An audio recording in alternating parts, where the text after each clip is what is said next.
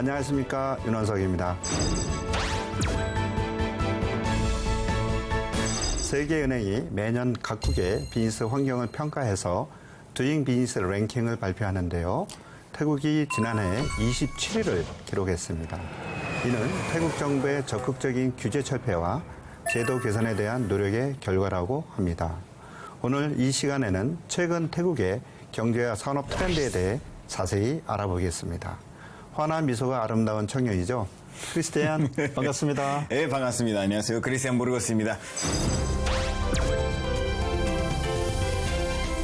오늘도 미소의 나라 태국에 대해서 역시 제가 궁금한 점을 쏙 시원하게 물어보도록 하겠습니다. 네. 지난 시간에 이어 태국에 대해 소개해 주실 두 분 전문가 모셨습니다. 안녕하세요. 안녕하세요. 안녕하세요.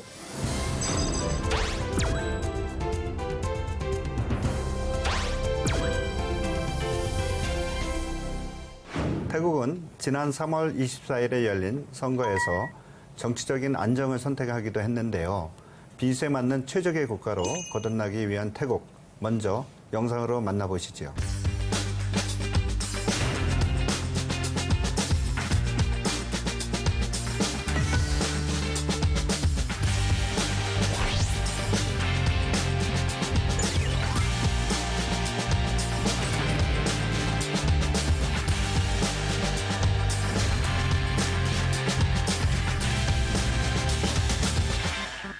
이제 무역 규모는 네. 수출 수입을 다 합쳐서 5천억 불 정도 됩니다. 그러면 경제 규모하고 무역 규모가 거의 같은 수준이라. 네. 일본 시장이 점령을 하고 있지만 우리가 들어갈 수 있는 틈새 시장이 상당히 많아요. K-드라마, K-팝, 또 K-뷰티로 이루어지는데 사진을 찍어서 주변 사람들하고 공유를 잘 하고 있기 때문에 시장의 여건을 철저히 조사를 하는 게 선행돼야 된다. 태국은 아세안 10개국 중 GDP 규모가 2위인 경제 대국이기도 한데요. 지난 2014년 군사정부가 들어선 이후 지난해에는 경제 성장률이 최대치를 기록하기도 했습니다. 크리스티안, 예. 태국에 대해서 공부 많이 해왔죠? 공부를 했었죠. 네. 네. 시청자 여러분들한테 태국, 이런 나라다. 소개 좀 해주시죠. 네. 네, 간략하게 정리해왔습니다. 네. 깔끔하게. 네, 깔끔하게. 네, 태국은 국왕을 국가의 수반으로 하는 입헌군 주제. 입헌군 주제. 네, 봉주제 맞습니다. 국가이고요. 그리고 인구는 약 6,900만 명 정도 되는 거고, 면적은 한국보다 한 5배 정도. 5배. 네, 5배 정도 되고, 외국인 투자가 주축을 이루는 제조업과 이거 중요해요. 네, 네. 많은 인구가 종사하고 있는 농업. 네. 그리고 이 서비스업의 근간을 이루는 관광 산업이 태국의 3대 주요 산업으로 꼽히고 있습니다. 공부 많이 해오셨네. 정말 그 일주도 계속 이렇게 제가 열심히 공부했습니다. 시청자 위해서 열심히 공부해서 그렇죠. 감사하네요. 여러분들 네. 위해서. 네. 정말 이 크리스티안이 소개했다시피 태국은 볼거리, 먹을거리, 또한 즐길거리가 많이 있는 것 같아요. 김세신 씨, 태국 경제 규모 어느 정도인가요? 네, 태국 총 GDP가 약 5천억 불 정도 됩니다. 5천억 달러. 근데 이제 우리나라 경제 규모가 한 1.6조 불 정도 되거든요. 그렇죠. 그러면은 한 우리나라 경제 규모의 한 3분의 1 정도. 그러네요. 네, 그 네. 정도 되는 수준으로 보시면 되고요. 근데 또 태국이 이제 무역 규모는 수출 수입을 다 합쳐서 5천억 불 정도 됩니다. 그러면 경제 규모하고 무역 규모가 거의 같은 수준이라. 네. 근데 이제 경제 규모는 우리나라의 3분의 1이지만 무역 규모는 또 우리나라의 2분의 1이기 때문에 네. 굉장히 무역 중심 국가라고. 그러면 할수 우리나라가 있습니다.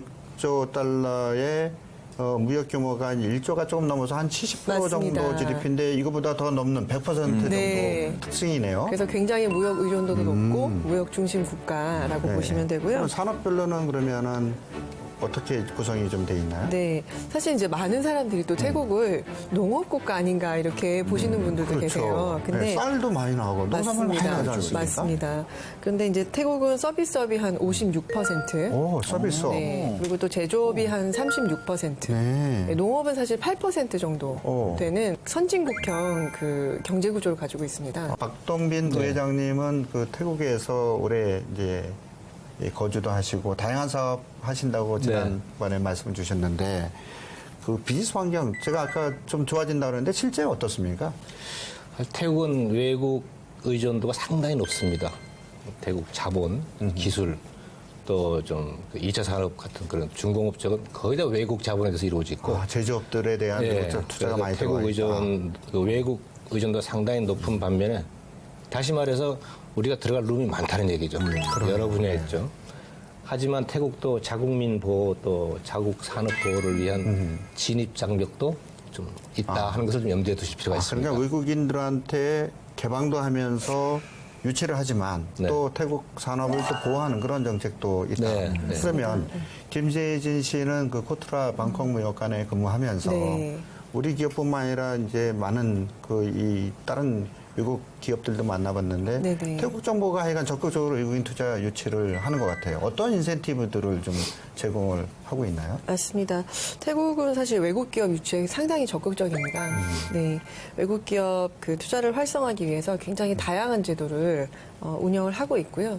또 태국에 이제 투자청인 BOI라는 곳이 있습니다. 예, Board of Investment라고 하는데요. 그 BOI가 아주 적극적인 투자 유치 정책을 펼치고 있고요. 이제 고도 기술 정도에 따른 인센티브, 첨단 기술. 네, 고도 첨단 기술 네. 유치를 위한 인센티브, 네. 또 이제 낙후된 지역에 대한 인센티브, 네, 그리고 또 이제 최근에는 스타트업에 대한 투자 유치, 스타트업까지. 네. 그렇게 해서 다양한 법인세 감면 제도라든가 여러 가지 그 제도들을 운영하고 있습니다. 네. 태국이 아까 말했다시피 이제 외국 자본과 기술에 많이 의존하다 보니까 또 고부가 가치 아까 말했던 산업 또 투자 품목과 종류에 따른 인센티브 또 최근에 시도하고 타일랜드 4.0 정책에 부합되는 산업에 대해서는 또 상당한 혜택을 주고 있는데 그렇군요. 보통 3년에서 한 8년 정도까지 법인세 면제가 있고 또 아까 김 부장님 말씀하신 대로 낙후 지역에 대한 그 낙후 지역에 신종 산업을 이렇게 투자했다. 네. 그러면 낙후 지역 인센티브를 더 합해서 아하. 최고 12년까지 법인세 면제를 받을 수 있습니다. 네. 그러한 제도를 굉장히 많이 유치하고 있고 그거를 주관하는 아까 말씀하신 그 BOI는 투자청? 태국 총리실 직속으로서 운영되고 있습니다. 상당히 그러니까 강조하고 태국 있죠. 총리가 직접 이 외국인 투자 유치를 하고 네. 그러한 낙후 지역을 포함해서 기본 인센티브에 더 플러스해서 해준대요. 더군다나 스타트업도 이렇게 지원한다는데 우리가 크리스티안 씨 이 한류도 있고 그러는데 그렇죠. 네. 스타트업도 한번 도전해볼 필요가 그것도 있겠어요. 나쁘지 않을 것 같아요. 네. 그 태국에 진출한 이 외국인 기업들을 이렇게 보면 특히 일본 기업들이 진출이 좀 많다고 하죠. 네네.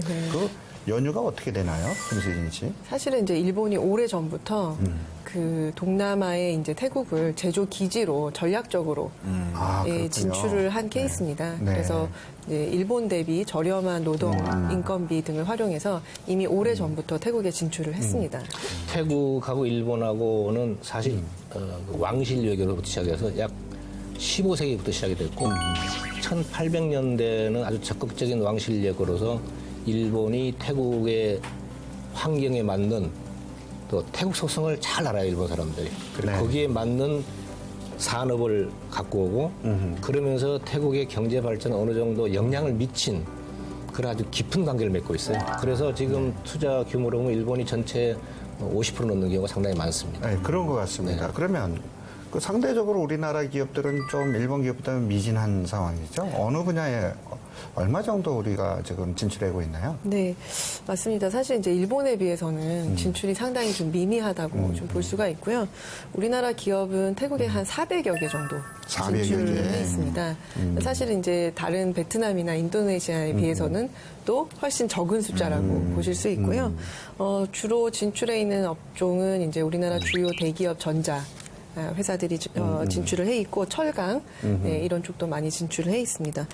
최근에는 이제 물류라던가 홈쇼핑, 소비재, 화장품 이런 것들이 지금 진출을 하고 있습니다. 네네. 현지 사업하면서 우리 기업들 많이 만나보셨죠? 네, 뭐 저도 사업을 하고 있습니다만 상공에서 부회장으로 봉사하면서 많은 오시는 분들하고 상담을 하고 있는데 일본 시장이 점령을 하고 있지만 우리가 들어갈 수 있는 틈새 시장이 상당히 많아요. 아까 말씀하신 스타트업, IT 관련, 문화산업 이런 분야에 좀 많이 진출할 수 있는 룸은 있는데 대부분 이제 와서 시행착오를 많이 겪으세요. 그래서 한 1, 2년 하다가 철수하는 분들도 아, 있고. 그렇군요. 근데 제가 이렇게 보면 참 안타까운 것이 태국을 너무 가볍게 보고 온다. 쉽게 생각한다. 문화적인 차이도 많이 좀 그것 때문에 애로사항도 많이 겪고 또 태국에 대한 제도에 대한 그 이해 부족으로 시행착오를 많이 겪죠. 네. 그 상대적으로 일본보다는 진출이 약하지만 태국은 알면 알수록 그 기회가 더 많이 생기는 나라인 네. 것 같습니다. 자, 그럼 본격적으로 태국 어떻게 진출해야 되는지 그거 알아봐야 될 것 같습니다. 태국의 경제산업 트렌드, 크리스티안. 예. 우리가 그 태국에 대한 경제산업 트렌드를 본격적으로 이제 알아봐야지 네. 우리가 어떻게 태국 시장을 진출할 수 있는지 알아보겠습니다. 네. 태국 정부는 이 타일랜드 4.0 이게 아마 제조 4.0 아니면 최근에 이 디지털 경제로 가는 그러한 그 정책을 피고 있죠? 네, 어떤 그렇습니다. 내용들이 담겨 있나요?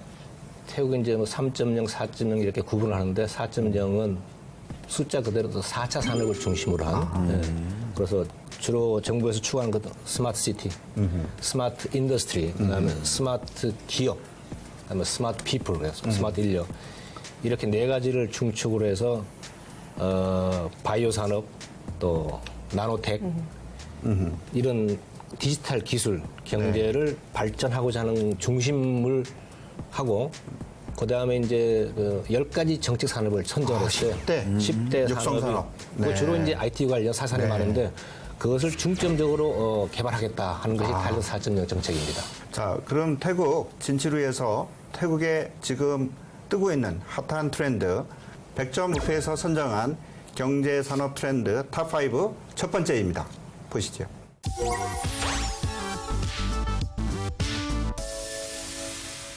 태국 화장품 많이 든다는데 이게 맞습니다. 경제 성장도 좀 이루고 있고 소득이 증가하는 그걸 반증하는 거 아닐까요?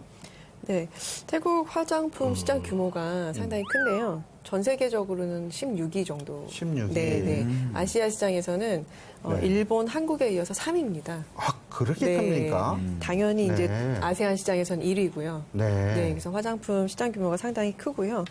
최근에 사실 이제 경기가 크게 아주 반등하지는 못했지만 태국인들의 그 뷰티라든가 개인용품에 대한 그 관심과 수요가 꾸준히 지금 상승하고 있습니다. 그 소비자들의 트렌드가 좀 변화한다고 그러는데 우리 박동빈 네. 회장님 어떤 트렌드 변화가 있나요? 전에는 색조 화장이 강했어요. 아, 색조. 그 TV에 나오는 그 뭐 이렇게 드라마나 또 영화나 또 이번 지나가는 예능들 보면은 색조 화장이 강했는데 요즘은 우리나라 화장품 역량으로 어떤 그 세련된 화장 그리고 이제 기능성 화장 아, 네. 이런 게 상당히 좀 트렌드를 갖고 있고 그래서 네. 우리 한국 화장품이 많이 팔리고 있는데 이게 한국에 많이 나가다 보니까 이 중국산이나 말레이시아산인데 한국 이름으로 브랜드를 얻는다거나 한국 상품인 것처럼 이렇게 포장해서 파는 경우가 들어있어요. 그것도 있네. 그래서 우리 업체들이 이제 그런 면에서는 마케팅할 때 좀 조심을 해야 될 것 같습니다. K-뷰티는 그 힘이 어마어마한 것 같아요. 대구뿐만 아니라 멕시코까지 가게 됐었는데 거기서 사람들은 튜토리얼까지 만들어서 인터넷에 열린단 말이에요. SNS 같은 데 보면은 여자들이 뭐 어떻게 한국 아름다워지게 여자처럼 해주느냐. 화장하는 법 네, 이런 거 다 이제 제품도 보여주면서 이렇게 네. 하는데 굉장히 다양해지고 있어요. 금방 크리스티안이 얘기했다시피 네. K-드라마, K-팝, 또 K-뷰티로 이루어지는데 그 코트라에서도 뭐 한류 스타 다 포함해서 한류 박람회 네. 이런 것들도 열어서 좀 우리 기업들 진출에 도움을 주고 있죠? 네네, 저희가 뭐 한류 박람회라든가 이런 것들은 이제 추진을 하고 있고요. 네. 또 아까 말씀하신 것처럼 이제 태국 사람들한테 어떤 마케팅을 하기 위해서는 사실은 태국 사람들이 어떤 그 소셜 네트워크 이런 게 굉장히 강합니다. SNS. 네, SNS. 그래서 사진을 찍어서 주변 사람들하고 공유를 잘 하고 있기 때문에 좀 SNS를 활용한 마케팅을 한다던가 또 최근에 이제 그 우리나라 중소기업 화장품 회사 같은 경우에는 이제 한류 스타를 활용한 아. 네, 네, 그런 마케팅을 하고 있죠. 제가 볼 때는 입소문이 중요해요. 그 화장품을 사용하는 여성분들의 직업군별로 그 안에서 화장품 쓰니까 좋더라. 입소문이 상당히 중요한 것 같아요. 네. 우리 그 화장품, 이 태국을 기반으로 아시아를 넘어서 세계적인 트렌드로 자리매김하는 것 같습니다. 100점 무패가 선정한 태국의 경제산업 트렌드 탑5 두 번째 보시죠.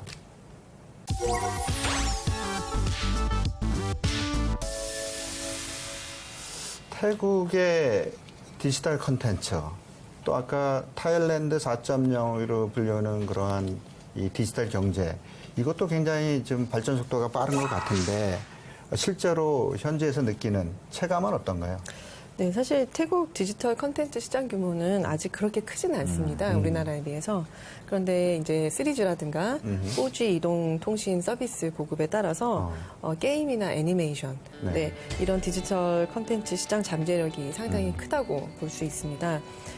근데 이제 사실 태국 내에 이제 자국에서 생산하는 컨텐츠가 좀 적다 보니까 이런 게임이나 애니메이션 컨텐츠가 50% 이상이 해외에서. 그러면 지금. 해외에서 막 들어가게 했다. 네네. 그럼 우리나라 게임 업체도 많이 들어가 있겠네요. 아, 그렇습니다. 네. 네네. 2017년 말에 태국에서 이제 게임쇼를 했는데 네. 한국 게임이 거의 상을 휩쓸었죠. 와, 그렇군요. 네. 우리 대단해요. 많이 만들어요, 한국에서. 네. 세계적인 수준이죠. 맞습니다. 네. 그리고 또 이제 태국이 모바일 강국이거든요. 아, 네. 네. 모바일 메신저를 이제 주로 라인이라는 모바일 네. 메신저를 쓰는데 우리나라 라인 맞습니다. 아니죠? 네. 네. 네. 그런데 인구의 4천만 명 이상이 쓰고 있습니다. 네. 그래서 국민 메신저라고 보시면 되고요. 또 페이스북 이용자도 4,700만 명. 오, 저는 컨텐츠보다 그 이커머스 쪽에 좀 이렇게 강조를 하고 싶은데, 왜냐면 이 부분이 우리가 들어갈 수 있는 틈새 시장이에요. 아, 그렇죠. 예. 네, 전자상거래 참 많이 확산되는 것 같습니다. 태국 정부에서도 이거를 주도적으로, 예를 들어서 지금 국민연금이나 정부에서 지원하는 건 전부 프롬프트페이라는 그 온라인 모바일 페이먼트를 하고 있어요. 아까 김 부장님 말씀하셨다시피 모바일 포스트거든요. 실제로 휴대폰 가입자가 1억 2천만이에요. 인구는 1억 6,900만. 오, 그러면 그다음에 인터넷 한 가입자가 두 개 정도씩. 네, 네. 인터넷 가입자가 4,500만 명이에요. 네. 그리고 인터넷을 사용하는 도구로는 PC가 한 20%, 모바일폰이 80%입니다. 그러니까 모바일을 통한 그 마케팅도 중요하지만 거기에 대한 그 페이먼트 플랫폼이라든가, 그렇죠. 그다음에 모바일 통한 판매, 구매 이것도 상당히 활성화돼 있어요. 네. 시장 규모는 적지만 굉장히 빠른 속도로 진전하고 있고 정부에서도 좀 주도를 하고 있고, 그래서 이런 부분은 우리 기업체가 앞으로 좀 진출할 수 있는 아주 좋은 시장으로 봅니다. 네, 시청자 여러분 점점 흥미진진해지는 것 같습니다. 저희 백전무패가 선정한 이 태국의 경제산업 트렌드 탑5 세 번째 보시죠.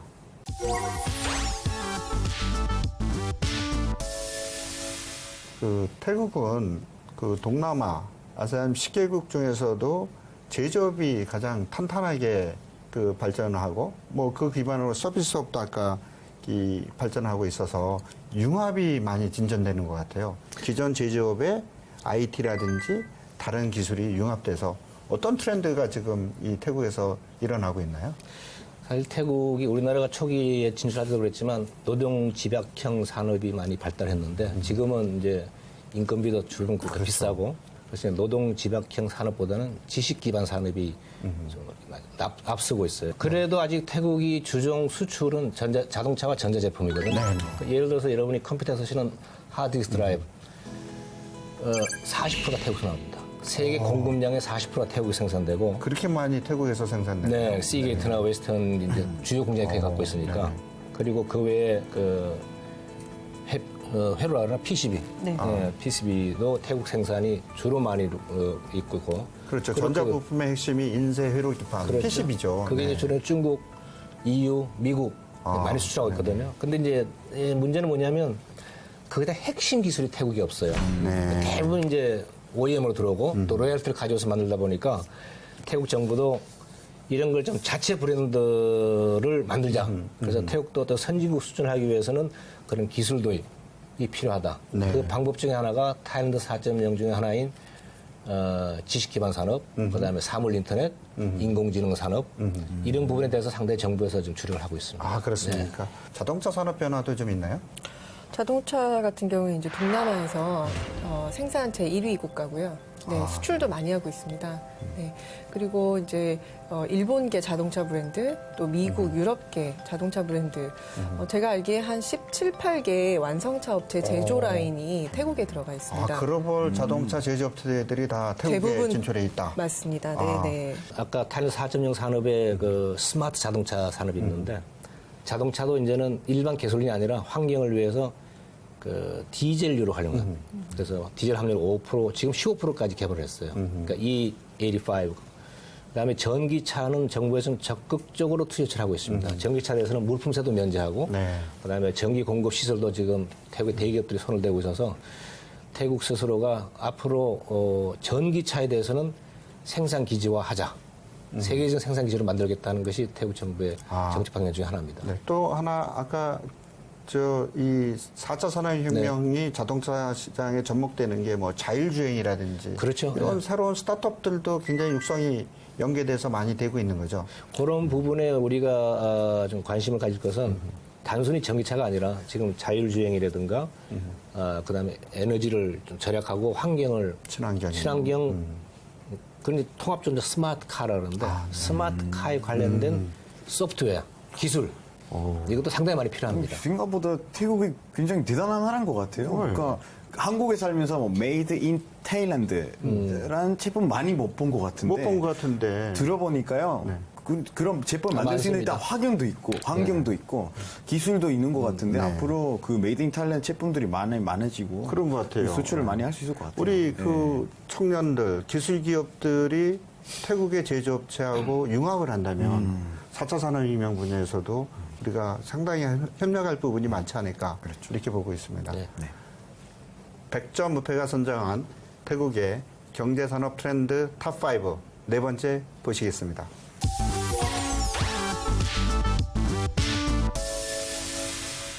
저는 깜짝 놀랐어요. 이 식품산업, 또 식품 가공산업이 생각보다 세계적인 수준까지 육박한다. 이런 분석 자료들이 있는데 네. 실제 어느 정도 수준인가요? 태국 정부가 이제 식품 산업을 10대 미래 산업의 하나로 지정을 했습니다. 미래 산업으로 네, 지정했군요. 네. 그래서 상당히 이제 고부가 가치 산업으로 식품 산업을 육성하기 위해서 기능성 식품이라든가 또 건강식품 이런 연구 개발에 지금 집중하고 있습니다. 네. 그리고 이제 식품 산업이 이제 태국 정부가 이제 많이 집중을 하면서 특히 가공식품 분야가 사실 이전에도 상당 수준으로 발전을 했었고요. 지금 태국에 가시면 그 사가지고 오고 싶은 식품들이 상당히 많습니다. 네. 실제로 태국 가공 기술은 세계 1위라고 해도 과언이 아닙니다. 우리나라보다 훨씬 발달되어 있고요. 참치 가공은 세계에서 가장 큰 공장이 태국에 있습니다.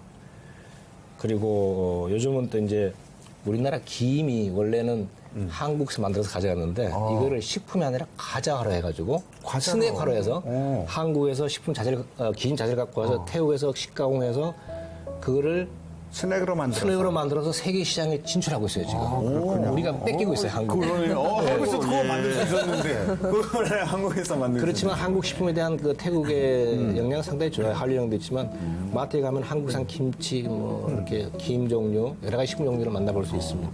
김 맛있는데 한번 과자로 한번 먹어보고 싶네요. 100점 무패가 선정한 경제산업 트렌드 탑5 마지막 보시겠습니다.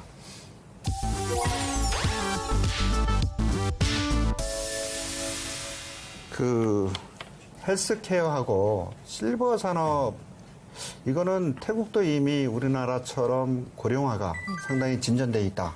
그렇게 판단해도 되는 거죠? 네, 그렇습니다. 사실 태국도 이제 그 고령화 사회에 좀 진입을 하고 있습니다. 네. 네. 그래서 이제 노인들을 위한 음식이라든가 의료 장비 또 간호 서비스 이런 것들이 좀 각광을 받고 있고요. 태국에서는 이제 그러한 호스피탈리티 산업이라고 하는데 그런 기반이 워낙 탄탄하게 자리 잡고 있기 때문에 앞으로 이러한 그 의료 서비스 이런 쪽이 조금 유망할 것 같습니다. 맞습니다. 사실 국가적인 입장에서도 이게 이 고령화가 되면은 사회적인 자본, 의료비가 많이 들어간대요. 많이 들어가요. 네, 그래서 어떻게 이걸 줄이느냐 이런 기술도 새로 접목하고 지금 태국 헬스케어 지출 비중을 보면은 2016년도에는 GDP의 4.5%였는데 2026년엔 7%까지 올라서 전망하고 있어요. 그래서 실제로 고령화 진입 시대에 돼 있고. 그럼 2배로 거의 는다는 그래서 거네요. 태국 정부에서도 뭐 의료기기, 의약품 이런 거에 대해서 그 실버 인더스트리를 개발하고 있고 우리 기업 입장에서 볼 때는 의료기기나 의약품에 대한 시장이 앞으로 크게 확대될 것이다 하는 전망을 할 수가 있죠. 우리가 이 기업들뿐만 아니라 사실 창업 준비하는 또 1인 기업들도 네. 아이디어는 많고 기술이 있는데 이거 진출하기 힘들거든요. 그렇죠. 네. 그러면 이런 조그만 기업들도 태국에 진출할 기업이 있으면 어떤 내용들을 좀 진출할 때 고려해야 될지, 유의해야 될 게 뭔지. 태국 같은 경우에 이제 제조업의 경우에는 외국인이 100% 지분을 보유를 할 수 있습니다. 제조업으로 진출을 할 때는.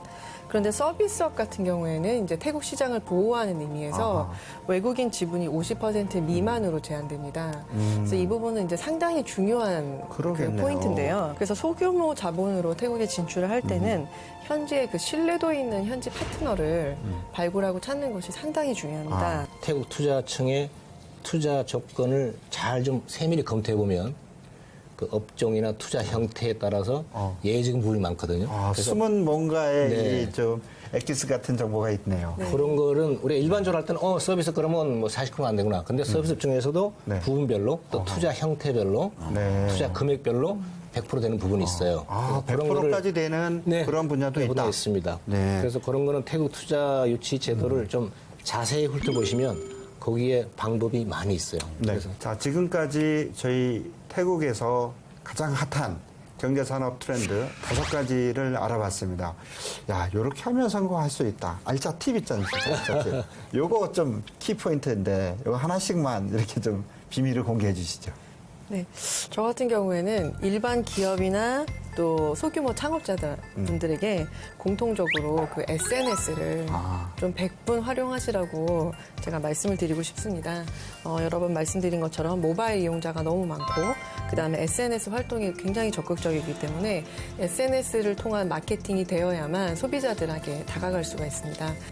대부분 태국에 오시는 분들 보면은 벌어도 내가 벌고 망해도 내가 망하겠다 하고 혼자 하시려는 욕심을 많이 부리세요. 이제 그러면서 시행착오를 많이 겪고 결국은 뭐 실패하는 경우가 많은데 제가 권해드리고 싶은 것은 태국의 파트너를 잡아라. 태국에 좋은 기업들 많습니다. 물론 뭐 거기서 좀 이렇게 실패를 겪거나 좋지 않은 경험을 하신 분들도 덜어 있지만 대부분의 태국 기업들이 다 심성이 좋고 또 인터내셔널 스탠다드로 비즈니스를 하기 때문에 태국의 문화와 간섭만 이해를 하시면 태국 파트너를 찾기 쉽고 태국 파트너와 같이 하시면 자리 잡기가 쉽습니다. 그 두 해에 걸쳐서 문화 또 경제산업 다 이렇게 좋은 말씀 주셨는데 뭐 어떻게 생각하시나요? 네, 저는 이제 제가 태국에 주재하면서 태국을 많이 좋아하게 됐습니다. 그래서 오늘 태국을 여러 가지 방면에서 소개할 수 있어서 굉장히 기뻤고요.